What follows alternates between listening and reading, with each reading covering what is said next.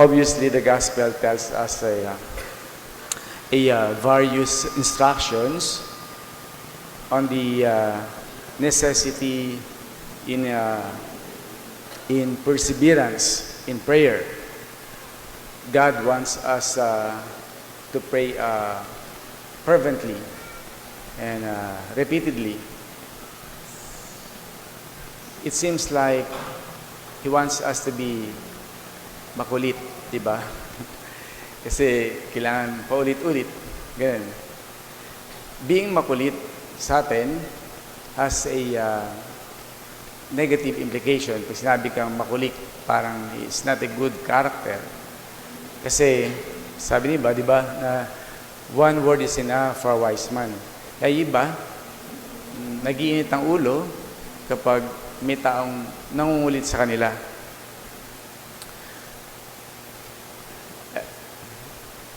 Minsan din, parang hindi natin naunawa yung tao kapag kinukulit tayo, di ba?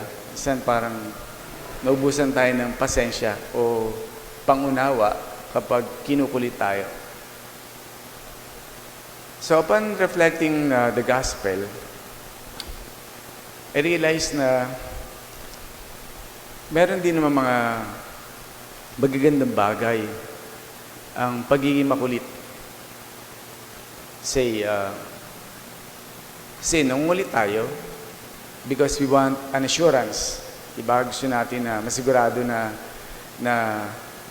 makarating o may bibigay sa atin o makukuha natin. Nanghihingi tayo assurance. Say, minsan nagpapaalala lang tayo na sa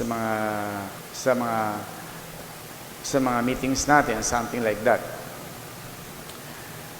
At yung pagiging makulit also has a sign of relationship sa tao na parang something na may pinagsamahan sila. Kasi hindi ka naman makulit sa taong hindi mo ka-close.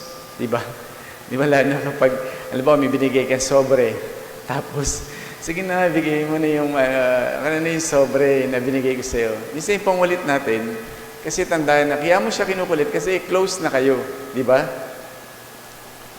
Tapos sa mag-asawa din, minsan, yung kulit is a sign of lambing, di ba? So, yung pangungulit, meron din magandang katangian kung titignan natin. At yung nakita ko sa gospel. Kasi we're considered as children of God. At katulad din ng mga magulang, di ba kahit na siguro matanda na yung mga anak nyo, di ba parang gusto nyo, parang namimiss nyo yung pagiging kinukulit kayo. Ewan ko lang Pero siguro, parang nakakamiss din yun na kinukulit tayo ng mga anak natin, ng mga mahal natin sa buhay. At kasi yung pangulit parang paglalambing.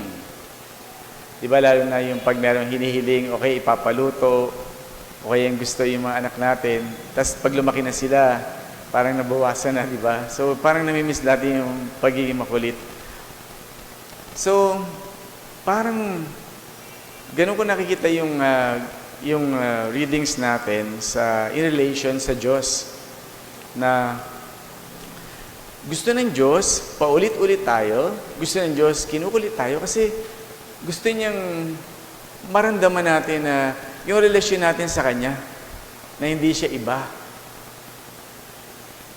At alam naman natin, kaya nang sinabi sa last part of the gospel, di ba? Sinabi dito na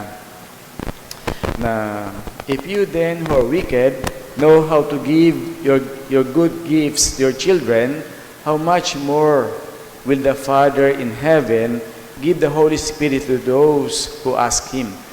So, ibig sabihin nun, lahat naman, ibibigay sa atin ng Diyos.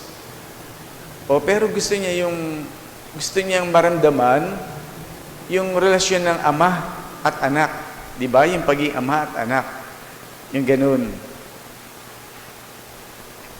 Gusto ng Diyos na palagi tayong nagdarasal kasi sa mga different readings, makita nyo yun na yung ine-emphasize din yung magdasal repeatedly. Yung paulit-ulit, yun nga.